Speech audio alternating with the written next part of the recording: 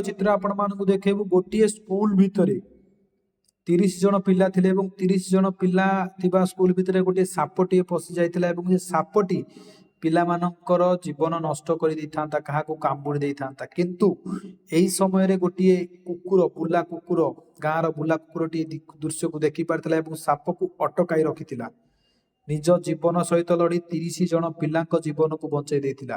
तेणु ग्रामवासी समस्त एकत्रित होई कुकुरटी मरिबा परे जहाको से दिने बुला कुकुर कहउथिले खाई देउथिले ताकू बाडौथिले गाली गुलज करुथिले निज पिंढारे शोइबा पई दउथिले से कुकुरटी को अति सुंदर भाव सजाई शब सत्कार कले जहा जड़े मनीष पणियार परिचय सृष्टि कला। एथिरु आमे जानिबा जे से जे कौनसी पशु किबा पक्षी हो से केबे केही कार क्षति करती नहीं जदि आमे माने काहाकू आक्रमण करिबा तेबे से आमको प्रति आक्रमण करिवो।